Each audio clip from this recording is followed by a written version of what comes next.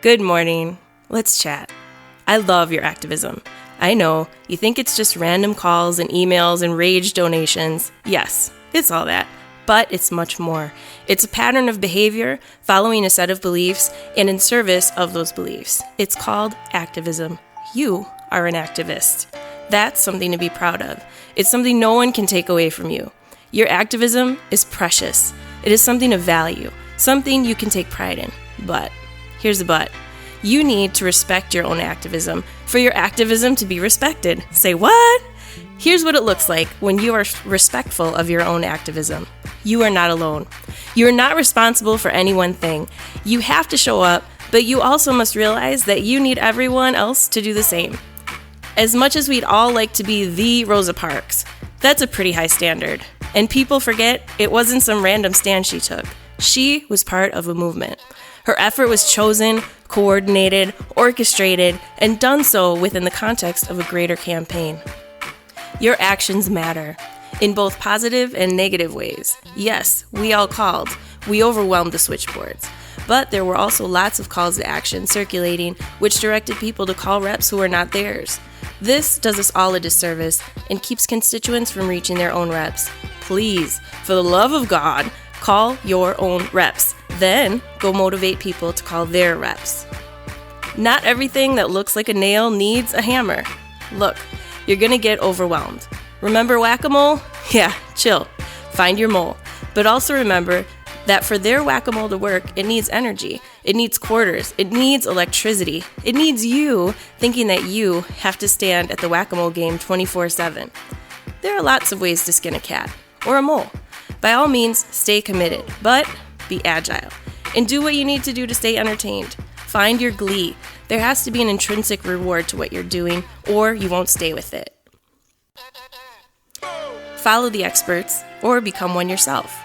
I've seen so many panicked, cut and pasted calls to action that are either out of date, misleading, or really not the best use of time or resources. But guess what?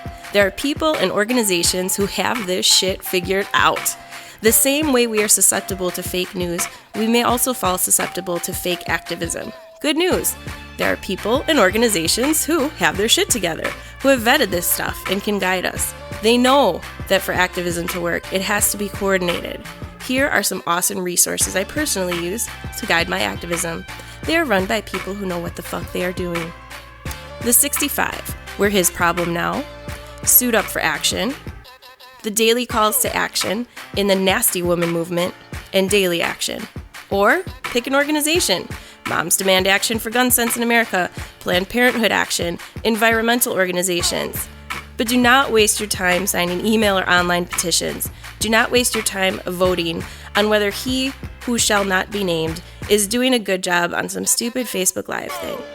Don't feel like your actions are working for you or the cause? Immerse yourself. Get involved.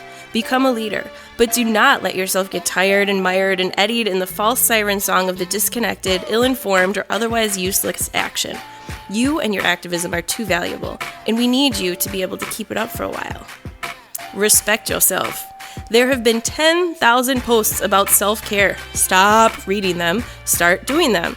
And try to get yourself to a place where your activism is feeding you, not detracting from your wellness. Meet people in real life to discuss actions. Yes, coffee with a friend counts, but even better, come to a damn meeting, learn more, speak proudly of your activism. It inspires others to do the same. When you feel overwhelmed, do something kind for a single person or group. Takes the overwhelm away better than one of those Mr. Clean stain erasers, and we all know how magical those are. Do a non-random act of kindness. Sort through your kids' books and donate them to the Madison Reading Project. Bake mini muffins and deliver them to someone who doesn't get recognized for their efforts. Mini most-sized things are better than full-sized. Duh. Hashtag keep going. Celebrate victories and look for the next thing. Remain in position or mix it up, but do so thoughtfully. Remember, your low-hanging fruit can be damned good fruit. My low-hanging fruit is different from your low-hanging fruit. This is not about you sacrificing and torturing yourself. You are not a martyr. Picked all the low-hanging fruit over there? Mosey over to the next field and offer your services. Or learn a new thing. Whatever you do, keep going. Keep moving. Objects in motion tend to stay in motion. Do not curl up. You are not a pill bug. You are a glorious butterfly. Fly, motherfucker. Fly. Persist gloriously.